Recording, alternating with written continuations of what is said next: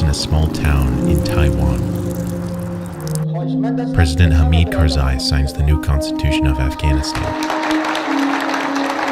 And the day is just getting started. In North America, at around 8 a.m., an email appears in the inbox of a few users. Upon opening, there's an attachment. It has a generic name like document.txt or readme.D.O.C, and to the mind of an unsuspecting 2004 human, it looks legit.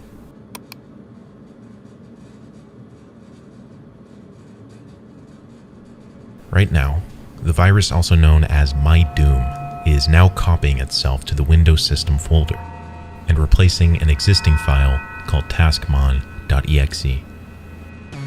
It also creates the file shimjapi.dll in the same directory. This is a backdoor Trojan that opens TCP listening ports ranging from 3127 to 3198. A TCP listening port is a network protocol that an application listens to. It acts as a communication endpoint, so in this case, it acts as a portal that can download and execute other files from wherever the virus was originally deployed. One of these files is simply named message. The worm then creates two registry keys. The first one says that whenever the computer is rebooted, the same worm will run again. The second one says that whenever the user opens Internet Explorer, the file created earlier, shimjapi, will also run. To the unsuspecting user, nothing is happening. In the background, the worm is now propagating itself, sending emails using the original computer's network to other users. It disguises under randomly generated email addresses with generic names like Adam, Alex, Dan, Maria, and Sandra. But this worm isn't blind. It's smart. It avoids sending itself to domains that would house users that could discover it, domains like .edu, .gov, and others. It also avoids informational addresses like help@ or admin@, and that's just before lunch. Are watching Disrupt TV.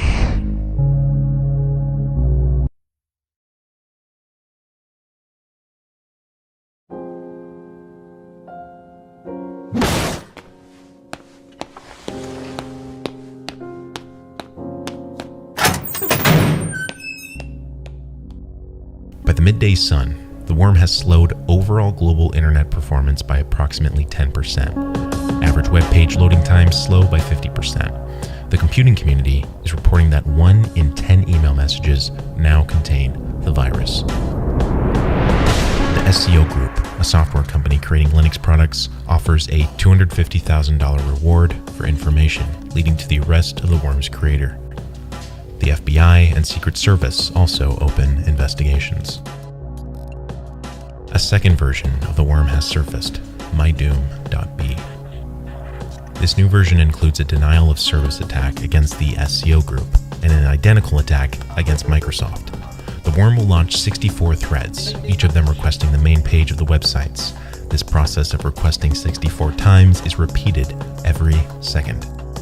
The request is simple: get HTTP 1.1 from every infected machine throughout the globe. It's scheduled to begin in 6 days.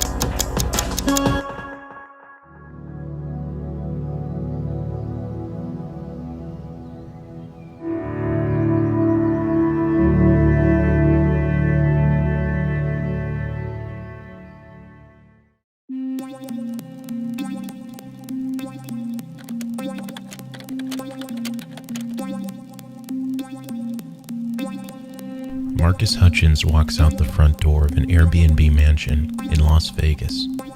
He's retrieving his order of Big Mac and fries from a delivery driver when he notices something across the street. For a moment, he wonders, is this finally it? He brushes the thought off. This is his last night in the city. He's been at DEF CON, one of the world's largest hacking conferences where, for the past week, he's been partying and upheld as a hero because less than 3 months earlier, he had saved the internet from one of the worst cyber attacks in history. WannaCry. Companies in Ukraine, Russia, the Netherlands, and England have all reported major disruption. He had found and triggered a secret kill switch in the self-propagating virus that had stopped the global spread. This had earned him major status in both white and black hat networks. Now though, as he's at the airport, the TSA agents seem to be extra lenient with him. He doesn't even have to take his laptops out of their bag. He wanders the terminals, grabbing a Coke, and sitting patiently, ready to return to his job analyzing malware at a firm called D.O.C. 3 men walk up. Are you Marcus Hutchins? His mind races through every possible illegal thing he's done that might have interested customs. Surely, he thought, it couldn't be the thing. That years-old unmentionable crime. Was it that he may have left marijuana in his bag? The agents walked him through a security area full of monitors and then sat him down in the interrogation room. For the next few minutes, the agents struck a friendly tone, asking Hutchins about his education and cryptos logic. For those minutes, Hutchins allowed himself to believe that perhaps the agents just wanted to know about WannaCry. Perhaps just a particularly aggressive way to get his cooperation into their investigation. Then, 11 minutes into the interview, his interrogators asked him about a program called Kronos.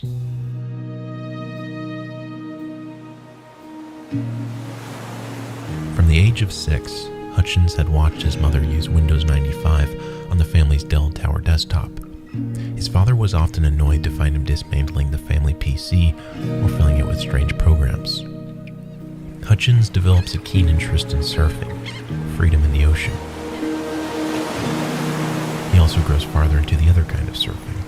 He becomes curious about the HTML characters behind the websites he visits, and was coding rudimentary Hello World scripts in BASIC by the age of 13. He came to see programming as a gateway to build whatever he wanted. Far more exciting than even the wooden forts and catapults he built with his brother. On his 13th birthday, after years of fighting for time on the family's aging Dell, Hutchins' parents agreed to buy him his own computer, or rather, the components he requested. Within a year, Hutchins is exploring an elementary hacking forum, one dedicated to wreaking havoc upon the popular instant messaging platform MSN. There, he finds a community of like-minded young hackers showing off their inventions. One brags of creating a kind of MSN worm that impersonates a JPEG. When someone opens it, the malware would instantly and invisibly send itself to all their MSN contacts, some of whom would fall for the bait, open the photo, which would fire off a round of messages infinitely. Around the time he turns 14, Hutchins posts his own contribution to the forum, a simple password stealer. Install it on someone's computer, and it could pull the passwords from the victim's web accounts. The passwords were encrypted, but he'd figured out where the browser hid the decryption key. When asked on the forum how many passwords he's gotten from the hack, he says he didn't. It was just a cool thing he made. Over the next few years, he sharpens his skill by executing petty hacks, including booting his entire school's admin office out of their network. He gets suspended for 2 weeks. The original hacking community he started on gets shut down, so Hutchins joins a new one called Hack Forums. From petty hacks to more serious ones, the community on this site has murkier ethics. Here, Hutchins, now 15 years old, brags about a botnet he had created of more than 8,000 computers, mostly hacked with simple fake files he'd uploaded to BitTorrent sites and tricked unwitting users into running. He also goes on to set up his own business. He begins renting servers and then selling web hosting services to the hack forum users for a monthly fee. The enterprise, which Hutchins calls ghost hunting, advertises itself as a place where all illegal sites are allowed. One customer asks if it was acceptable to host Juarez, black market software. Hutchins immediately replies,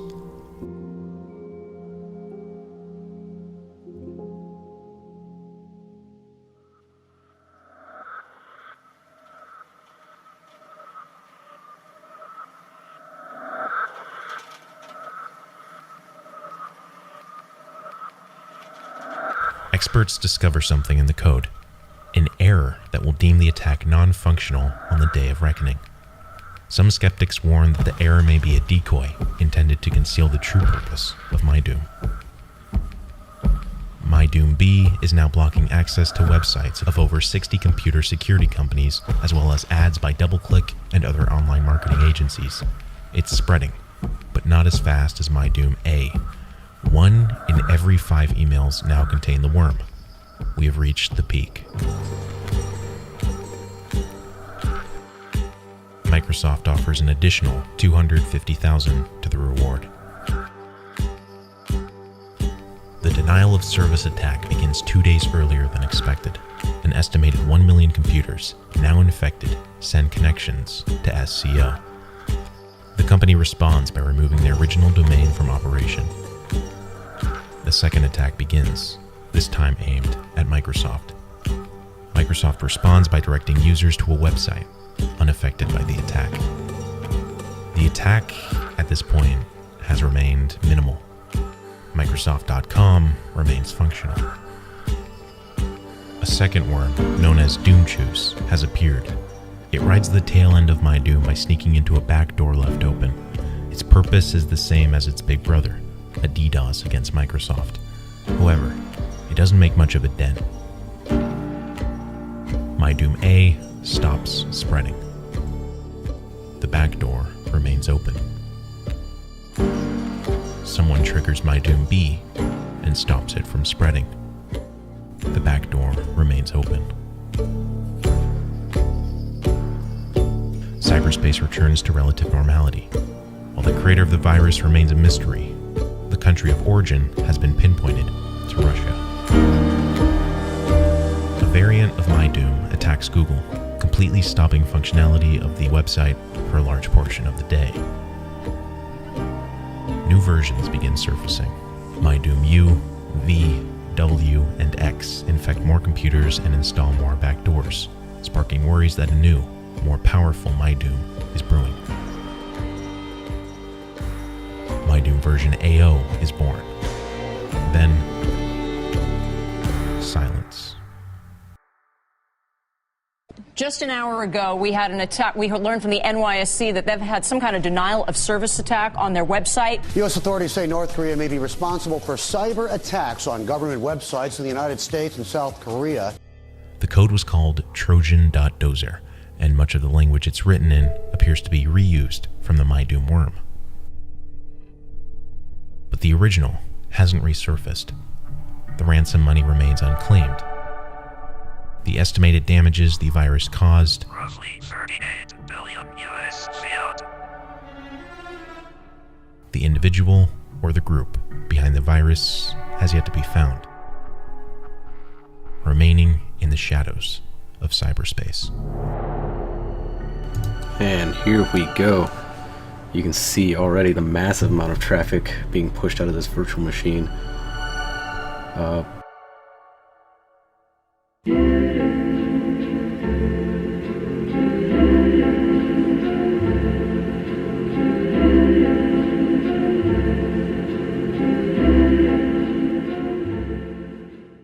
For every black hat hacker, there's a white hat hacker. Someone hired by a company to specialize in breaking software to ensure maximum security.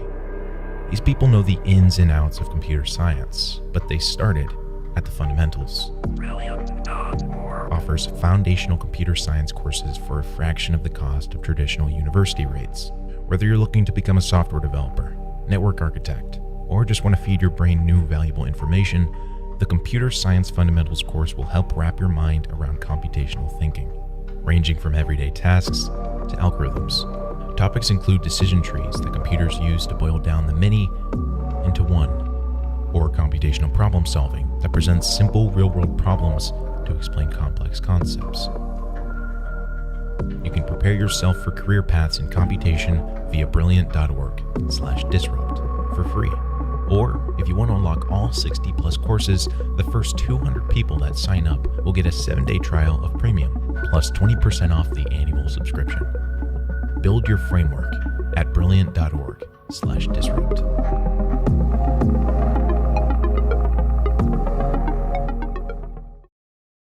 In his mind, he still sees what he's doing as several steps removed from any real cybercrime. Hosting shady servers or stealing a few Facebook passwords hardly seems like a serious offense. He isn't, after all. carrying out bank fraud.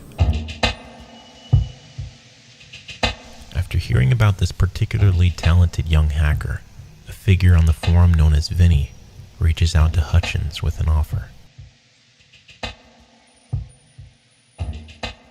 He says he'll give Hutchins half the profits from every sale. They'd call the product Basket. after the Japanese Upas tree, whose toxic sap was traditionally used in Southeast Asia to make poison darts and arrows. Hutchins agrees, and after 9 months of work, the rootkit goes up for sale. Hutchins doesn't ask Vinny any questions about who is buying. The money starts rolling in, always in Bitcoin. The 17-year-old tells his parents he's been working on freelance programming projects. They buy it. He purchases new game consoles and even takes up crypto trading, creating his own programs that hedged his Bitcoin buys with short selling, protecting his holdings against the dramatic fluctuations of the early crypto market. With the success of Upaskit, Vinny tells Hutchins that it's time to build Upaskit 2.0. He wants new features for the sequel, including a keylogger that could record victims every keystroke, the ability to see their entire screen, and a feature that could insert fake text entries and other content into the pages that the victims were seeing, something called a web inject. This last demand in particular gives Hutchins a deeply uneasy feeling. Web injects have a very clear purpose. They're designed for bank fraud. See, most banks require a second factor of authentication when making a transfer. They often send code via text message to a user's phone and ask them to enter it on a web page. Web injects allow hackers to defeat that security measure by sleight of hand. A hacker initiates a bank transfer from the victim's account, and then, when the bank asks the hacker for a confirmation code, the hacker injects a fake message onto the victim's screen, asking them to perform a routine confirmation of their identity with a text message code. When the victim enters that code from their phone, the hacker passes it on to the bank, confirming the transfer out of their account. He would now, without a doubt, be helping thieves steal from innocent victims. He refuses.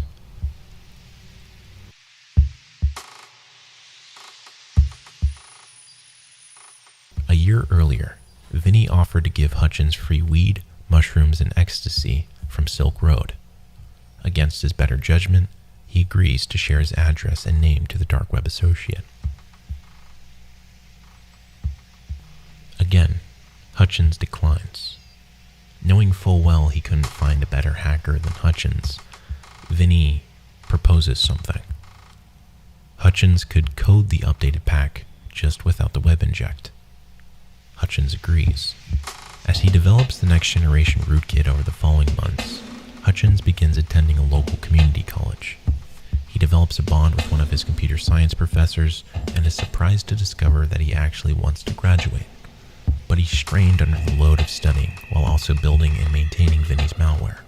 His dark web business partner now seems impatient to have their new rootkit finished. He begins pinging Hutchins constantly, demanding updates. To cope, Hutchins begins turning back to Silk Road, buying amphetamines to replace his nighttime coffee binges. After 9 months of all-night coding sessions, the second version of Upaskit is ready. But as soon as Hutchins shares the finished code with Vinny, Vinny responds with a surprising revelation. He had secretly hired another coder to create the web injects that Hutchins refused to build. With the two programmers' work combined, Vinny has everything he needs to make a fully functioning bank Trojan. Hutchins is livid, speechless. He quickly realizes he has very little leverage against Vinny. The malware is already written, and for the most part, Hutchins had authored it. Vinny asks him to combine the two separate codes and reminds him if he quits now, he'll get nothing. He'd have taken all the risks, enough to be implicated, but would never receive any of the rewards. Hutchins' instincts tell him to quit. His actions go otherwise. The rootkit is ready. Vinny drops the Upas branding and changes it to the name of a cruel giant in Greek mythology, the father of Zeus and all the other vengeful gods in the pantheon of Mount Olympus, Kronos.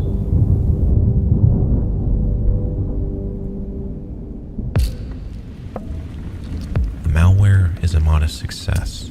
It has bugs that need fixing, and those fixes fall on Hutchins' shoulder. Paired with his daytime responsibilities of studying, by night he takes more amphetamines, where he reaches states of euphoria. Only in this condition can he enjoy his work. He stays up for days, studying, coding, and then crashing into a state of anxiety and depression before sleeping for 24-hour stretches. Between the highs and lows, he meets a friend from LA called Randy. Unlike Vinny, Randy is more open about his IRL life with Hutchins. The two form a friendship, and eventually Randy asks Hutchins to trade $10,000 of his money on the crypto programs. Hutchins agrees. One morning, Hutchins wakes up from a deep amphetamine bender to discover an electrical outage during the night. All of his computers had powered off just as Bitcoin's price crashed, erasing close to $5,000 of Randy's savings. Still near the bottom of his drug use, Hutchins panics. He finds Randy online and admits to losing his money.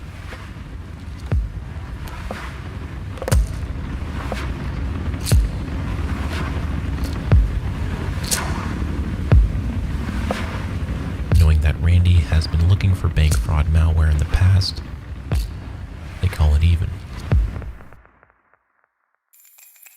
Hutchins graduates from college in the spring of 2015. Looking to start life outside of schooling on the right foot, he quits the amphetamines, cold turkey. What follows are weeks of withdrawal. He falls behind on his Chronos work, and eventually, Vinny cuts him off. The Bitcoin payments stop coming. Hutchins largely leaves the hacking underworld and retreats into video games and Breaking Bad. During one episode, he receives tunnel vision, a sense of impending doom. He only leaves his home rarely to meet up with his friends or swim in the ocean. The waves provide him comfort, a reminder of his mortality.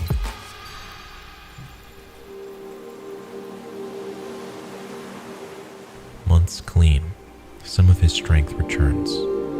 He rejoins cyberspace, this time as an anonymous blogger, reverse engineering some of the largest botnets in the wild. Over time, his readership grows into the tens of thousands, and he gains mutual respect between the black hat and white hat communities. Through this, he receives a job offer from Cryptos Logic. when he sees the six-figure annual salary. It was more than he has ever earned as a cybercriminal malware developer. Hutchins comes to understand, for a talented hacker, crime truly doesn't pay.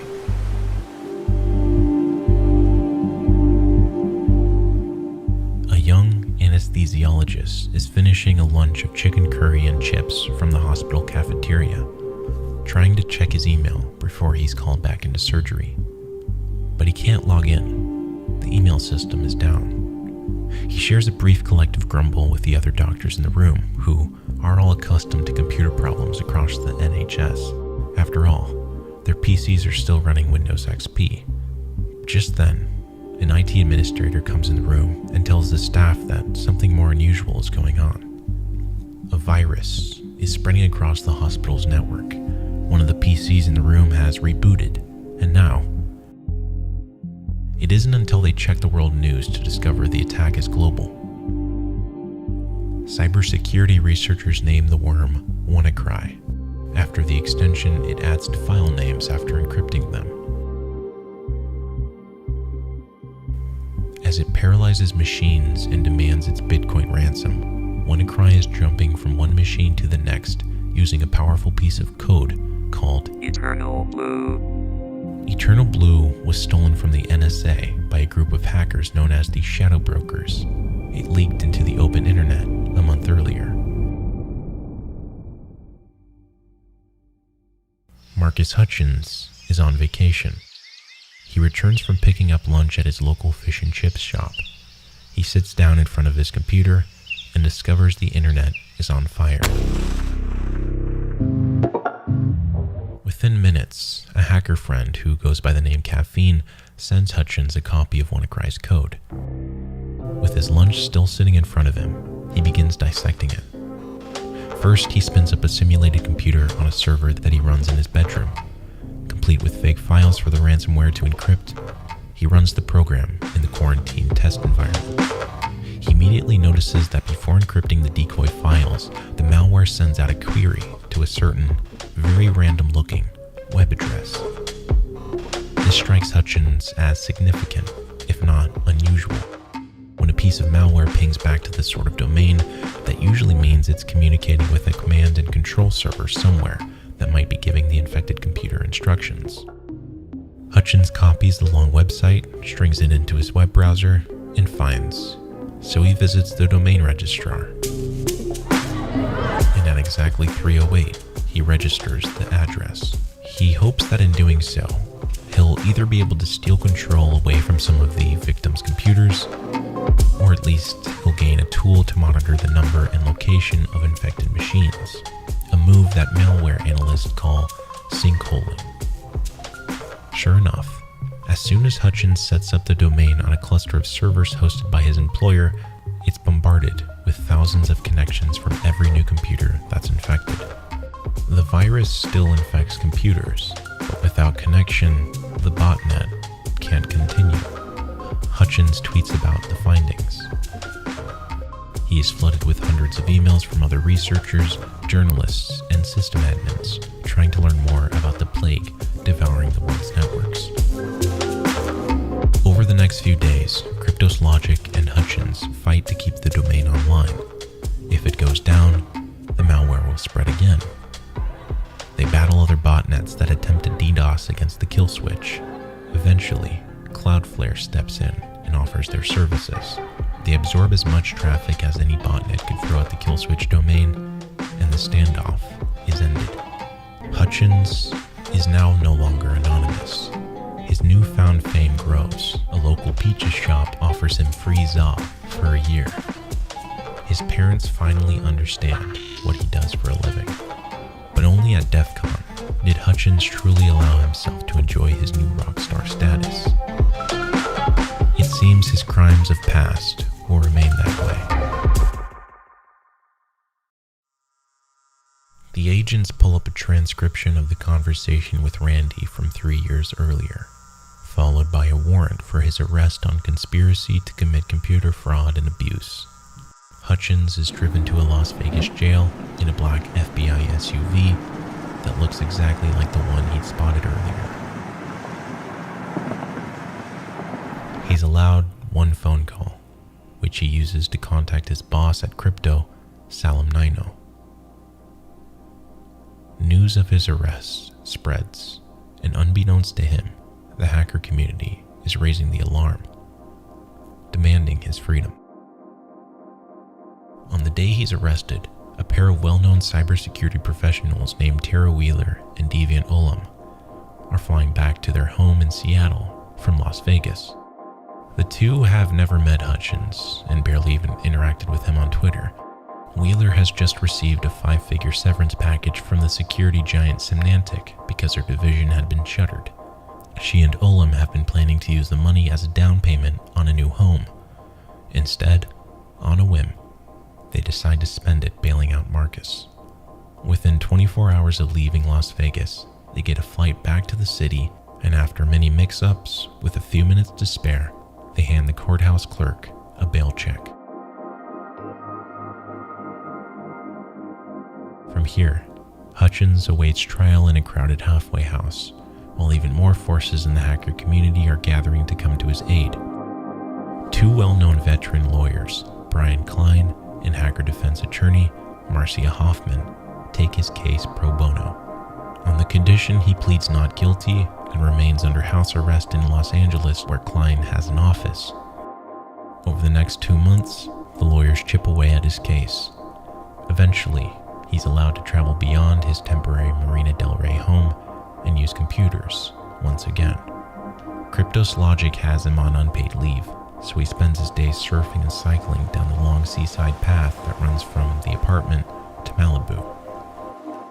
He's in the city he's always dreamed of living in, but the circumstances leave him depressed. He's tormented by the truth. Despite all the talk of his heroics, he knows deep down, he is guilty. He's offered a deal. If he agrees to reveal everything he knows about the identities of other criminal hackers and malware authors, they would recommend a sentence of no prison time. Hutchins hesitates. He says he doesn't actually know anything about the identity of Vinny, their real target. But he also says that, on principle, he opposes snitching. He refuses. Soon afterward, prosecutors hit back with a superseding indictment, a new set of charges that bring the total to 10, including making false statements to the FBI in his initial interrogation. Hutchins and his lawyers see the response as a strong-arm tactic, punishing Hutchins for refusing to accept the first offer. After losing a series of motions, including one to dismiss his Las Vegas airport confession as evidence, Hutchins finally accepts a plea bargain in April 2019. This new deal is arguably riskier than the one he's been offered earlier.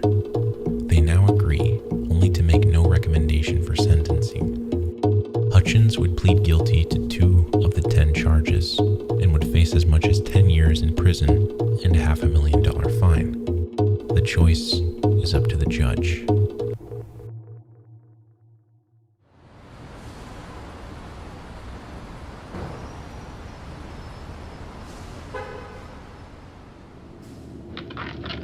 We see all sides of the human existence, both young, old, career criminals, those like yourself. One might view the ignoble conduct that underlies this case against the backdrop of what some have described as the work of a hero.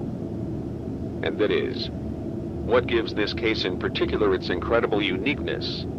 If we don't take the appropriate steps to protect the security of these wonderful technologies that we rely upon each and every day, it has all the potential to raise incredible havoc. And it's going to take individuals like yourself, who have the skill set, to come up with solutions. The final call in the case of Marcus Hutchins today is a sentence of time already served, with a 1-year period of supervised release. Hutchins is a free man.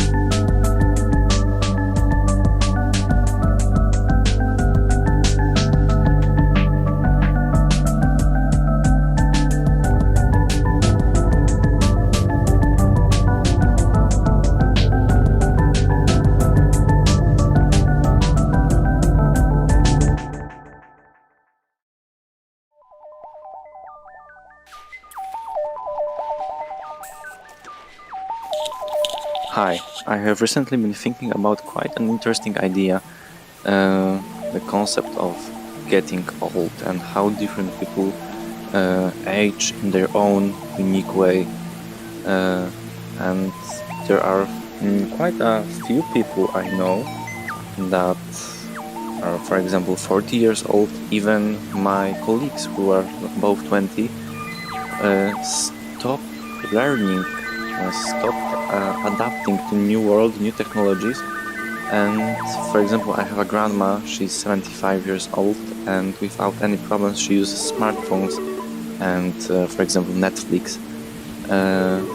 So the point is that I think getting old is really your choice. You allow yourself to stop learning, to stop adapting. Thank you. Thank you. Man, our clever humor lives in a maze.